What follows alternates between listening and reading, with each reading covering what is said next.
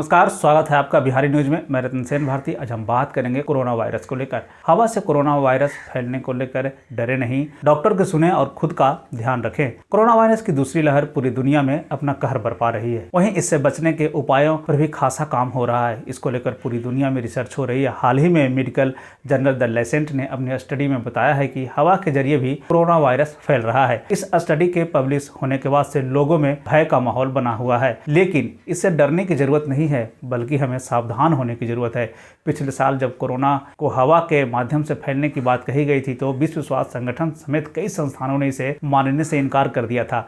लेकिन इस बार लैंसेट के स्टडी में वैज्ञानिकों ने 10 कारण गिनाते हुए कहा है कि हवा के माध्यम से कोरोना वायरस संक्रमण फैलता है। इसके साथ ही वैज्ञानिकों ने यह भी कहा है कि दुनिया में कोरोना महामारी से बचाव के लिए जो तरीका अपनाया जा रहा है उसमें बदलाव की जरूरत है। वैज्ञानिकों ने हवा से फैलने वाले कोरोना वायरस की जो बात कही है उसमें उन्होंने कहा है कि आउटडोर की तुलना में यह वायरस इंडोर में ज्यादा फैलता है। रिसर्च में यह भी बताया गया है कि दुनिया भर में कोरोना के फैलने का एक कारण साइलेंट ट्रांसमिशन भी है, जो मुख्य रूप से एयरबोर्न ट्रांसमिशन की ओर संकेत देता है। वहीं इस पूरे मामले को लेकर मैरीलैंड स्कूल ऑफ मेडिसिन की डॉक्टर फातिमा यूनिस ने कहा कि हवा से कोरोना वायरस फैलने को लेकर डरने की जरूरत नहीं है। डॉक्टर फाहिम ने कहा कि हमें पता है कि कोरोना बूंदों से लेकर हवा तक फैलता है। हवा से कोरोना वायरस फैलने का ये मतलब बिल्कुल नहीं है कि हवा ही संक्रमित है, बल्कि इसका अर्थ यह है कि हवा में वायरस काफी वक्त तक बना रह सकता है। उन्होंने यह भी कहा कि घरों और इमारतों के अंदर भी इससे खतरा है, इसलिए आप लोगों को अपना बचाव करने के लिए हमेशा मास्क पहनने की जरूरत है। उन्होंने सलाह दी है कि कपड़ों के मास्क पहनना बंद कर इसकी जगह आपको अब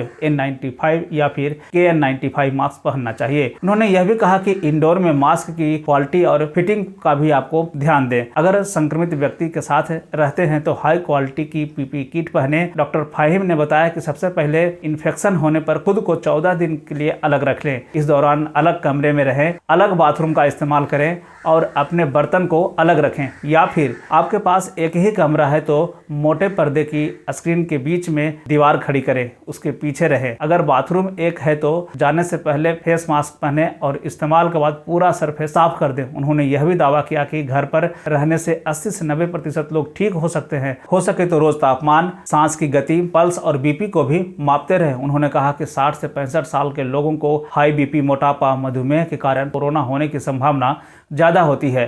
डॉक्टर फातिमा ने मास्क को लेकर यह भी बताया कि एक मास्क का इस्तेमाल आप 24 घंटे तक कीजिए। इस्तेमाल करने के बाद आप मास्क को एक पेपर बैग में रख दें, जिसके बाद दूसरा मास्क पूरे दिन पहने